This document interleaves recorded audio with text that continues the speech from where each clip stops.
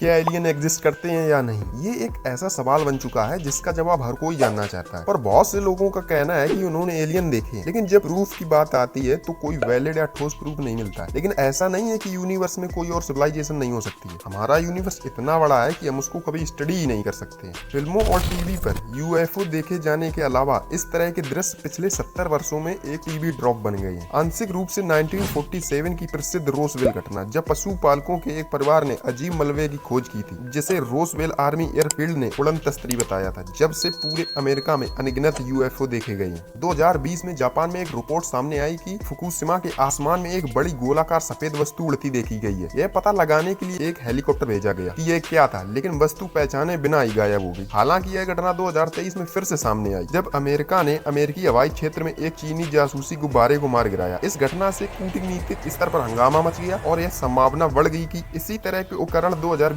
के बाद से जापान में यूएफओ देखे जाने का कारण हो सकते हैं। हाल ही में मैक्सिकन पत्रकार और लंबे समय से यूएफओ के शौकीन जेमे मौसन ने दावा किया कि उन्होंने एलियन खोज लिए। ये मानव जाति के इतिहास में सबसे महत्वपूर्ण खोजों में से एक है। लेकिन जब इनको मैक्सिको की कांग्रेस में प्रस्तुत किया गया तो इनकी तस्वीरें सोशल मीडिया से पूरी दुनिया में फैल गई। इनके लंबे सिर और प्रत्येक हाथ पर 3 अंगुलियां। मौसन का दावा है कि ये बॉडीज 2017 के आसपास पेरू में पूर्व कोलंबियाई नाजका लाइन्स के पास पाई गई थी। उनका कहना है कि वे साबित कर सकते हैं कि ये पृथ्वी पर पाई जाने वाली स्पीशीज से अलग है। जब वैज्ञानिकों ने अध्ययन किया तो बताया कि यह बॉडीज लगभग 1000 साल पुरानी है और इनका डीएनए पृथ्वी पर पाई जाने वाली किसी भी प्रजाति से मैच नहीं करता। मौसन ने सोशल मीडिया पर डीएनए और कार्बन डेटिंग परीक्षण के नतीजे शेयर किए, लेकिन इन रिपोर्ट के आधार पर हम ये नहीं मान सकते हैं ये एलियन है। प्रिंसटन यूनिवर्सिटी के एस्ट्रोफिजिक्स के पूर्व प्रमुख और अननोन इवेंट पर नासा रिपोर्ट के अध्यक्ष डेविल स्परगेल ने गुरुवार को कहा कि ऐसे नमूने दुनिया के वैज्ञानिकों को परीक्षण के लिए उपलब्ध कराए जाने चाहिए, लेकिन ये बॉडीज किसी अन्य रिसर्च एजेंसी को नहीं दी जा रही हैं। द डेब्रीफ के संपादक और लंबे समय तक यूएपी शोधकर्ता रहे मीका हैंक्स का कहना है कि मौसन का लेटेस्ट एलियन बॉडी दिखाना दुर्भाग्य से पहली बार नहीं है। इस तरह की चीजें हुई हैं। 2015 में मौसन ने मैक्सिको सिटी में एक धुंधली तस्वीर जारी करने के लिए एक प्रोग्राम आयोजित किया था, जिसमें एक छोटे ममी ह्यूमनॉइड एलियन की रिमेन्स दिखाई दे रहे थे। हालांकि कुछ ही घंटों बाद पता चला इमेज अमेरिकी बच्चे के ऐतिहासिक अवशेषों को दर्शाती है, जो दशकों पहले कुछ समय के लिए प्रसारित की गई। हालांकि यह स्पष्ट नहीं है कि ये हाल ही में मिली बॉडीज क्या हो सकती हैं, एलियन या फिर कोई मम्मी। दोस्तों, आपको क्या लगता है, ये एलियन है या फिर अटेंशन पाने के लिए किया गया है? कमेंट में जरूर बताएं।